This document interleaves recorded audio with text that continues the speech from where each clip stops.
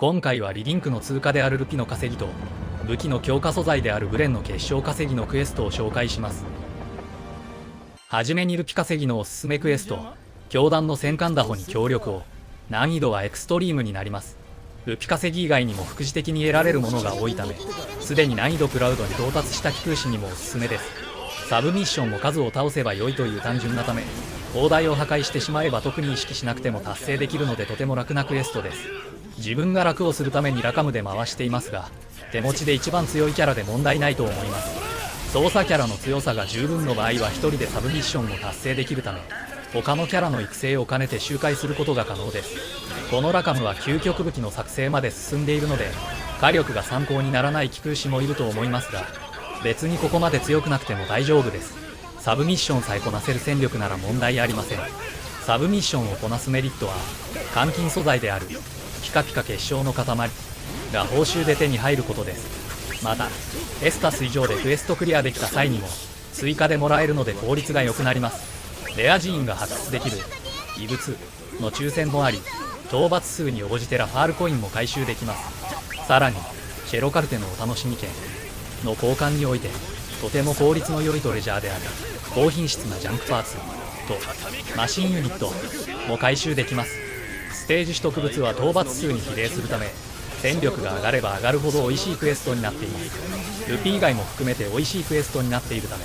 これらのトレジャーが必要な機空士はぜひ周回しましょう。ただし欠点もあります。まず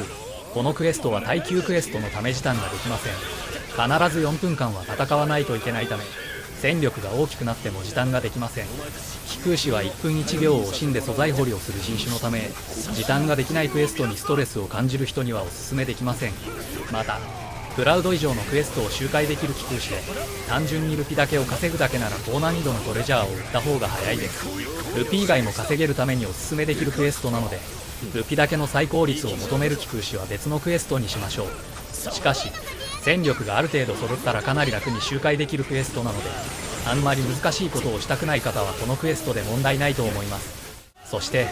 連打コントローラーの環境がある方は連コン放置も可能になっています。リリンクはロックオンしなくても自動的に一番近い敵に攻撃をしてくれるため、ボタンの連打放置でも可能なクエストです。ただしレンコンを毛嫌いするプレイヤーもいらっしゃいますので、お友達にこんな稼ぎしてるよと報告するのは控えた方が無難です。プロとは機空士のたしなみとはいえ、アクションゲームにおいてはあまり褒められた行為ではないのでご注意ください。情報要領とマナーを守って楽しくリリンクをしましょう。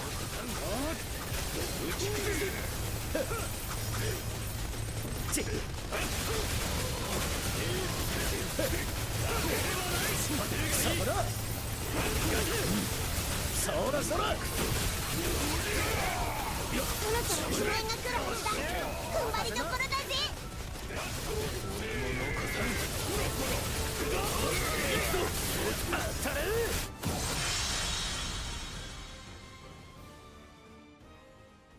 続いて武器の強化素材であるブレンの結晶稼ぎのおすすめクエスト、いびつな塔の謎に迫る。難易度はエクストリームです。ドロップのほかサブクエストでもブレンの結晶が入手できるため、そこそこ美味しいクエストになっています。しかし祈り場を守る耐久クエストになっているため、このクエストも時短ができません。また投擲アイテムで敵を倒すのサブミッションがあるので、少々面倒なところがあるクエストになっています。ブレンの結晶稼ぎの最高効率というわけではないですが、エクストリームの段階ではここが一番楽だと思います。投擲アイテムで敵を倒すを無視したとしても、水の精霊を4体倒せればブレンの結晶大は手に入ります。なので投擲アイテムで倒すは無視しても良いのですが、適正戦力値で来ると水の精霊を4体を倒すがそこそこ大変です。水の精霊を倒せないと旨味が激減するクエストなので、最低でも水の精霊4体を倒せる戦力でいきましょう。先ほどの強弾打法に比べると副次的な旨味が薄いクエストですが、闇の報酬がドロップしますのでちょっとだけ美味しいクエストです。武器のレベルが100か125ぐらいまでの適正クエストだと思いますので、後ほど紹介するブレンの結晶大のクエストがきつい時に活用してください。注意点として、ソロでやる場合強い NPC を連れて行ってしまうと投擲アイテムを投げる前に殲滅してしまいます。また戦力が低すぎると祈り場の防衛にも意識を割かないといけないので、少々ストレスがあるクエストになっています。戦力が整わないうちに回したい場合は可能であればオンラインマルチでやりましょう。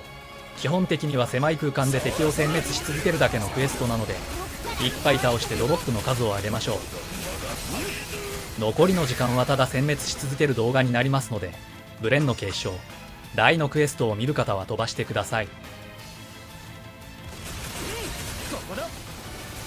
れたとこにも敵がいるみてえだ。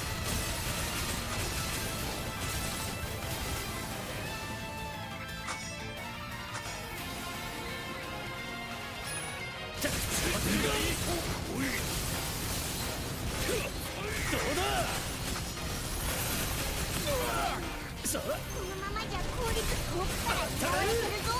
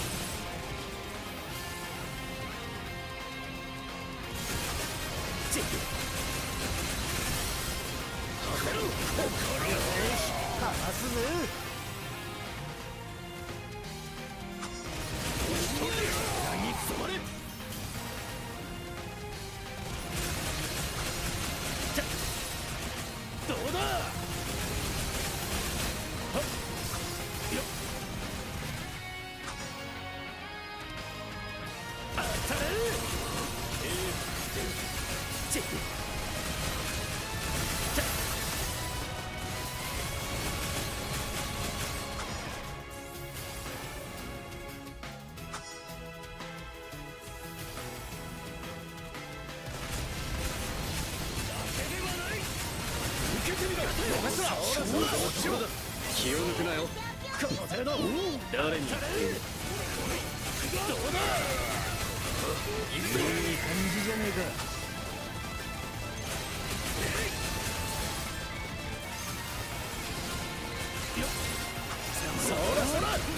ここだ。皆のおかげだな。この調子を維持しろ。お主にも拳の声が聞こえた。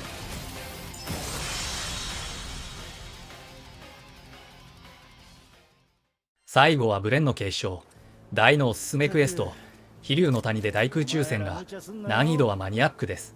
本家グラブルの道中クエストを再現したクエストになっていて、ボス戦の前に雑魚戦があるシリーズの一つです。難易度マニアックのボス2体討伐シリーズの一つになっていて、他にもゴブリンウォーリアー、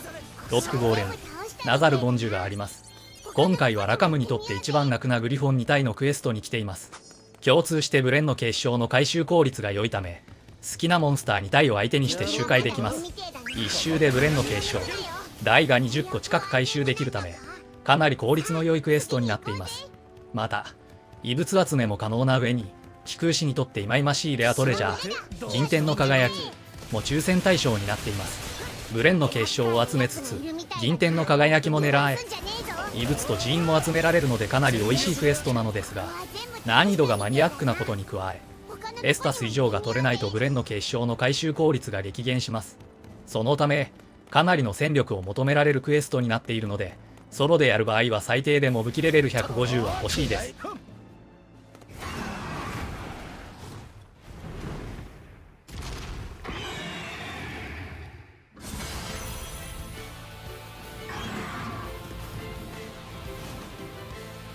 ソロだと難しいのですが、グリフォンはオーバードライブ状態の大技をスキップさせる火力があれば高速討伐が可能です。具体的にはオーバードライブ時にディレイや凍結、麻痺、奥義といったモンスターの行動を制限させられる技を当てます。NPC が良い感じに制限技を当ててくれると良いのですが、こちらから能動的に指示が出せないのでソロで安定は難しいです。今回は NPC が空気を読んでくれてうまくいきました。動画のように凍結やリレイを当てて、火力が十分だと大技を打たれる前に倒せることもあります。なので高火力のプレイヤーが2人いるマルチだとかなり安定して高速周回することが可能です。複数のキャラクターを育成する場合はかなりの数のブレンの結晶が必要のため、圧倒的に足りないと思っている寄空士は多いと思います。ブレンの結晶の周回をマルチで募集をかけたり、募集のかかっているマルチに混ざるのが有用です。1体目のグリフォンが HP 半分程度になると2体目のグリフォンが乱入してきます。倒し方は1体目と変わらないのですが、2体目になってくると奥義を打てることもあると思うので高速手段が増えます。大技を打たれる前に倒しきれる構成ができると2分前後で討伐が完了するため、グレンの結晶不足に嘆いている貴空士はぜひご活用ください。今回は残念ながら奥義が間に合わなかったのですが、このクエストのために紅葉を積んだ構成も面白いと思います。そして今更ですが今回の動画の構成をご紹介します。究極武器であるフライクーゲルに有利属性変換と火力 G、 そしてダメージ上限をつけた構成です。なおラカムはグリフォンが相手の場合は有利属性変換をつけなくても有利が取れています。また究極武器の構成でないとダメというわけではないです。私は究極武器の前からこのクエストを回していました。ここまでの速度が出なくてもブレンの結晶の回収率が高いおすすめのクエストになっています。捕らえた。加減はしねえぞ。とっておきを食らえ。